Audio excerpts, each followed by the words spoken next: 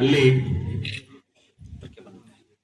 ನಮ್ಮ ಈ ಭಾಗದ ಆಕ್ಚುಲಿ ಜಾಸ್ತಿ ನಾವು ತುಮಕೂರು ಜಿಲ್ಲೆಯವರು ಕೂಡ ಅಲ್ಲಿ ಇರ್ತೇವೆ. ಈ ಭಾಗದ ಸಾಕಷ್ಟು ನಮ್ಮಂತ ವಿದ್ಯಾರ್ಥಿಗಳಲ್ಲಿ ಹೋಗಿ 2 ವರ್ಷ, 3 ವರ್ಷ, 4 ವರ್ಷ, 5 ವರ್ಷ ಹೀಗೆ ನಮ್ಮ ಒಂದು ವ್ಯಾಸಂಗನಲ್ಲಿ ಮಾಡ್ತೇವೆ.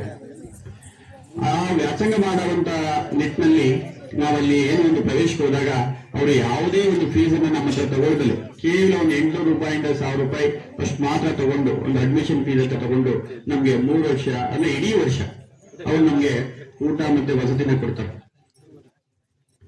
ಆ ಒಂದು ನಾವ್ಯಾರು ಇಲ್ಲಿ ಏನ್ ಕುಂದಿರೋರು ಯಾರು ಏನು ನಾನು ಚಿಕ್ಕವರಿದ್ದಾಗ ನಿಮಗೆ ನನ್ನ ಪರಿಸ್ಥಿತಿ ನೀವು ಉತ್ತಮ ಪರಿಸ್ಥಿತಿ ಅಂತ ಯಾರು ಹೇಳ್ಬೋದು. ನಾವು ಅಂತ ಪರಿಸ್ಥಿತಿ ಇಲ್ಲಿರೋರೆಲ್ಲ ಅಷ್ಟೇ. ನಾವ್ಯಾರು ಇಲ್ಲಿ ಇರೋರೆಲ್ಲ ಯಾರು ಅಫಿಷಿಯಲ್ ಮಕ್ಕಳಲ್ಲ, ಎಲ್ಲ ಗ್ರಾಮೀಣ ಪ್ರದೇಶದ ಒಂದು ರೈತ ಬಾಂಧವರ ಮಕ್ಕಳು ನಾವೆಲ್ಲ.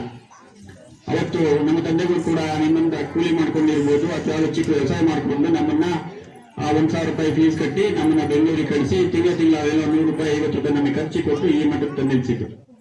ಆ ಒಂದು ಹಾಸ್ಟೆಲ್ ಆ ವಿದ್ಯಾರ್ಥಿಗಳಿಗೆ ನಮಗೆ ಏನು ಅನ್ನ ಕೊಡ್ತು, ವಸತಿ ಕೊಡ್ತು, ಆ ಒಂದು ನಿಟ್ಟಿನಲ್ಲಿ ನಾವು ಮುಂದೆ ಚೆನ್ನಾಗಿ ಓದಿ ನಾವು ನಮ್ಮ ಕಾಲ ಮೇಲೆ ನಾವು ನಿಂತ್ಕೊಂಡಿದ್ದೇವೆ.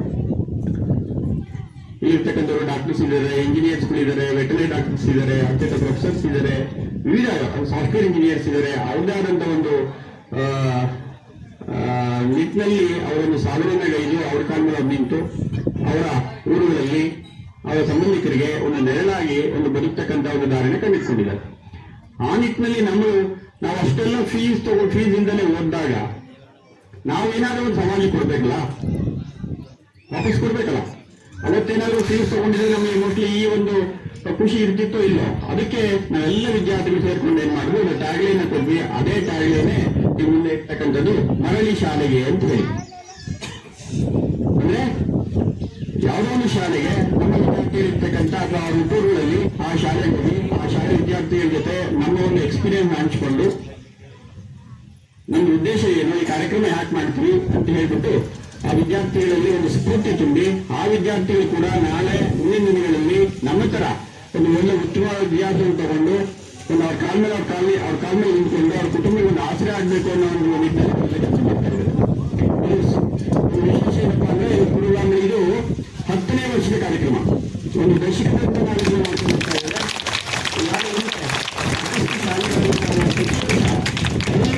ನಾವು ಮಾಡ್ತಕ್ಕಂಥದ್ದು ಆಗಸ್ಟ್ ತಿಂಗಳಲ್ಲಿ. ಯಾಕೆಂದ್ರೆ ಆಗಸ್ಟ್ ತಿಂಗಳಲ್ಲಿ ಸ್ವಲ್ಪ ಮಕ್ಕಳಿಗೆಲ್ಲ ಒಂದು ಸ್ವಾತಂತ್ರ್ಯ ದಿನಾಚರಣೆ ಅನ್ನೋ ಒಂದು ಖುಷಿ ಇರ್ತದೆ. ಆ ಒಂದು ಹಿಂದೆ ಮುಂದೆ ಅವತ್ತೇ ನಾವು ಮಾಡ್ತಾರೆ. ಯಾಕಂದ್ರೆ ನಾವು ಶನಿವಾರ ರಜೆ ಇರೋದ್ರಿಂದ ನಾವೆಲ್ಲ ಸಾಕಷ್ಟು ಜನ ಎಲ್ಲ ರಜಾಕ್ ಬಂದಿದೆ. ಆ ಒಂದು ಶನಿವಾರ ಭಾನುವಾರ ನಾವು ಬಂದು ಕೆಲಸ ಮಾಡ್ತಾ ಇರೋದ್ರಿಂದ ನೀವು ಆಗಸ್ಟ್ 15 ನಾವು ಬರ್ಲಿಕ್ಕೆ ಆಗಲ್ಲ ಅಷ್ಟೇ. ನಾನು ಬೇಸಿಕಲಿ ನಿಮ್ಮನ್ನೇ ಕೂತ್ಕೊಂಡು ಸರ್ಕಾರಿ ಶಾಲೆ, ಸರ್ಕಾರಿ ಹೈಸ್ಕೂಲು, ಸರ್ಕಾರಿ ಡಿಗ್ರಿ ಕಾಲೇಜಲ್ಲಿ ಸರ್ಕಾರಿ ಮಾಸ್ಟರ್ ಡಿಗ್ರಿ ಮಾಡಿ ಇವತ್ತು ಒಂದು ತುಮಕೂರು ಸರ್ಕಾರಿ ಪಾಲಿಟೆಕ್ನಿಕ್ ಅಲ್ಲಿ ಲೆಕ್ಚರ್ ಕೆಲಸ ಮಾಡ್ತಾ ಇದ್ದೇನೆ. 10 ವರ್ಷ ಇಂಥ ಕಾರ್ಯಕ್ರಮಗಳನ್ನ ಮಾಡ್ಕೊಂಡು ಬರ್ತಾ ಇದ್ದೇವೆ. ಒಂದು ಅವಿಸ್ಮರಣೀಯ ಕಾರ್ಯಕ್ರಮಕ್ಕೆ ಸಾಕ್ಷೀಕರಣ ಆಗಿ ಇಲ್ಲಿ ನಾವು ಸುಮಾರು 50 ಹಳೆ ವಿದ್ಯಾರ್ಥಿಗಳು ವಿವಿಧ ಕ್ಷೇತ್ರಗಳಲ್ಲಿ ತಮ್ಮದೇ ಆದಂತಹ ಛಾಪನ್ನು ಮೂಡಿಸಿ ತಮ್ಮ ಹೆತ್ತೂರಿಗೆ ಪಾಠ ಕಲಿಸಿದ ಶಾಲೆಗೆ ಏನಾದರೂ ಸ್ವಲ್ಪ ನಮ್ಮ ಕೈಲಾದದ್ದನ್ನ ಮಾಡಬೇಕು ಅನ್ನೋ ಒಂದು ಒತ್ತಾಸೆಯಿಂದ ಎಲ್ಲರೂ ಕೂಡ ಇವತ್ತು ನಿಮ್ಮ ಶಾಲೆ ಹತ್ರ ಬಂದಿದ್ದಾರೆ. ಇದೇ ಶಾಲೆಯಲ್ಲಿ ನಿಮ್ಮ ರೀತಿಯಲ್ಲೇ ಕೂತು ಓದಿ ಮುಂದೆ ಬಂದಿರತಕ್ಕಂಥ ವಿದ್ಯಾರ್ಥಿ, ನಿಮ್ಮ ಶಾಲೆ ವಿದ್ಯಾರ್ಥಿನೇ. ನಿಮ್ಮ ಹಾಗೆ ಅವತ್ತೇನು ಯೂನಿಫಾರ್ಮ್ ಇರಲಿಲ್ಲ, ಮೇಲ್ಗಡೆ ಶಾಮಿಯಾನ ಇರಲಿಲ್ಲ, ಕೆಳಗಡೆ ಮ್ಯಾಟ್ ಇರಲಿಲ್ಲ, ಕಾಲಿಗೆ ಚಪ್ಪಲಿನೂ ಇರ್ತಿರಲಿಲ್ಲ, ಗೊತ್ತಿಲ್ಲ ನಮ್ಮ ತಿಪ್ಪೇಸ್ವಾಮಿ ಅವ್ರಿಗೆ ಇರಲಿಲ್ಲ. ಇದೇ ಶಾಲೆಯಲ್ಲೇ ಓದಿದ್ರು. ಇವತ್ತು ಬಿಳುವೆ ಶರ್ಟ್ ಹಾಕೊಂಡು ಒಳ್ಳೆ ಆಫೀಸರ್ ಆಗಿ ಕೆಲಸ ಮಾಡ್ತಾ ಇದ್ರು. ಸೊ ಇದು ಉದ್ದೇಶ ಏನಂದ್ರೆ ಮುಂದಿನ ದಿನಗಳಲ್ಲಿ ನಿಮಗೂ ಕೂಡ ಈ ರೀತಿ ಎಲ್ಲ ಅವಕಾಶಗಳಿರುತ್ತೆ. ನೀವು ಯಾವುದೇ ಕ್ಷೇತ್ರಕ್ಕೆ ಕಾಲಿಡಿ ನಿಮಗೂ ಕೂಡ ಸಾಕಷ್ಟು ಅವಕಾಶಗಳಿರುತ್ತೆ. ಈಗಲೂ ಕೂಡ ತಾವೆಲ್ಲರೂ ಕೂಡ ನಾವು ಕಲಿತಂತ ಸಂದರ್ಭದಲ್ಲಿ ಇರ್ತಕ್ಕಂಥ ವಾತಾವರಣಕ್ಕೂ ಈಗ ನೀವು ಕಲಿತಾ ಇರ್ತಕ್ಕಂಥ ವಾತಾವರಣಕ್ಕೂ ಅಜಗಜಾಂತರ ವ್ಯತ್ಯಾಸ ಇದೆ. ನಮ್ಗೆ ಇಡೀ ಶಾಲೆಗೆ ಒಬ್ರು ಇಬ್ಬರು ಶಿಕ್ಷಕರು ಇರ್ತಿದ್ರು. ಒಬ್ಬರೇ ಕನ್ನಡನೂ ಅವ್ರು ಹೇಳ್ಕೊಡ್ಬೇಕಿತ್ತು, ವಿಜ್ಞಾನನೂ ಅವ್ರು ಹೇಳ್ಕೊಡ್ಬೇಕಿತ್ತು, ಮತ್ತೆ ಇಂಗ್ಲಿಷನ್ನು ಅವ್ರು ಹೇಳ್ಕೊಡ್ಬೇಕಿತ್ತು. ಈಗ ನಿಮಗೆ ಸಬ್ಜೆಕ್ಟ್ ಒಬ್ರು ಟೀಚರ್ ಇರ್ತಾರೆ, ಒಳ್ಳೆ ಕೊಠಡಿಗಳಿರ್ತದೆ, ಮಧ್ಯಾಹ್ನ ಬಿಸಿ ಊಟ ಇದೆ ಅಲ್ವಾ, ನಿಮಗೆ ಯೂನಿಫಾರ್ಮ್ ಸರ್ಕಾರ ಕೊಡುತ್ತೆ, ಶೂಸ್ ಕೊಡುತ್ತೆ, ನಿಮ್ಗೆ ಏನೇನು ವ್ಯವಸ್ಥೆ ಇದೆ ವ್ಯವಸ್ಥೆನೆಲ್ಲ ಕೂಡ ಸರ್ಕಾರನೂ ಕಲ್ಪಿಸ್ತಿದೆ. ಲೋಕಲ್ ಆಗಿ ಲೈಬ್ರರಿಗಳನ್ನ ಮಾಡಿದೀವಿ, ಎಲ್ಲ ವ್ಯವಸ್ಥೆನೂ ಇದೆ. ನಮಗೆ ಆ ವ್ಯವಸ್ಥೆಗಳು ಇರಲಿಲ್ಲ.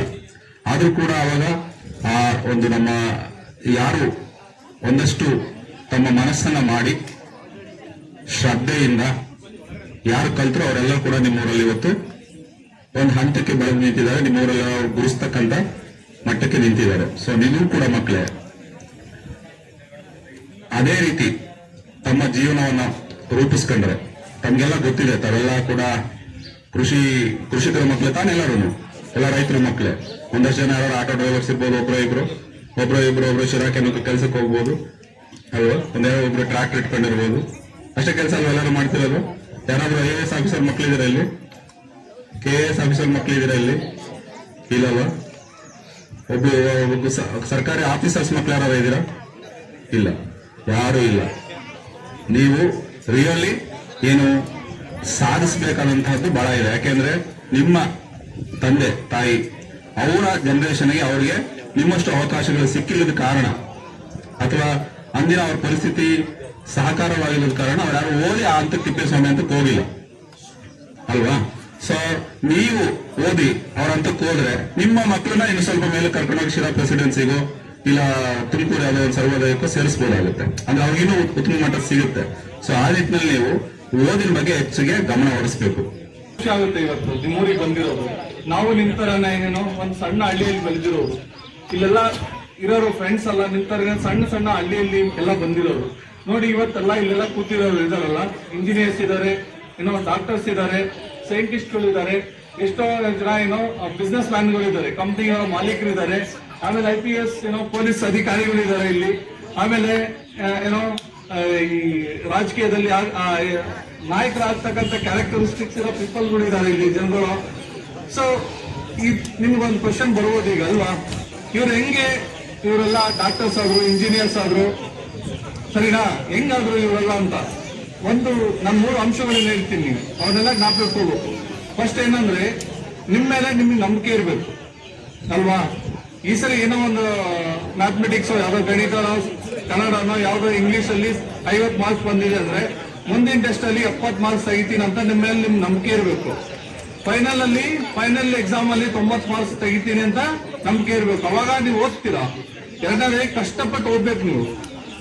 ಆಮೇಲೆ ದೊಡ್ಡ ಆಸೆ ಇಟ್ಕೋಬೇಕು. ದೊಡ್ಡ ಆಸೆ ಏನು, ಇಲ್ಲಿರೋ ತರ ಎಲ್ಲ ಇಂಜಿನಿಯರ್ಸ್ ಆಗ್ಬೇಕು, ಡಾಕ್ಟರ್ಸ್ ಆಗ್ಬೇಕು ಅಲ್ವಾ.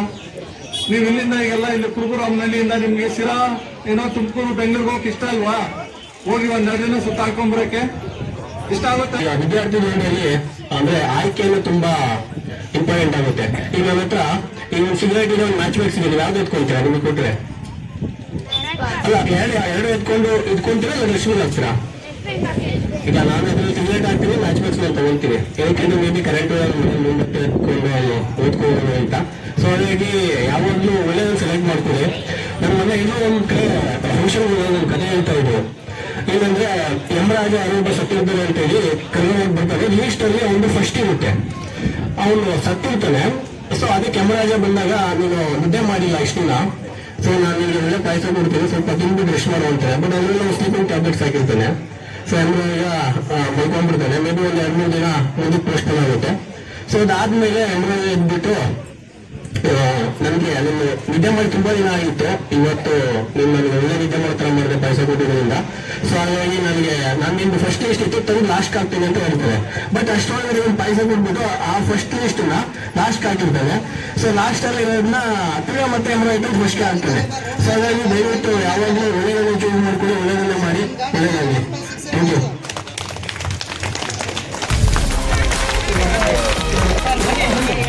ಸ್ವಲ್ಪ ಹಿಂದೆ ಸರ್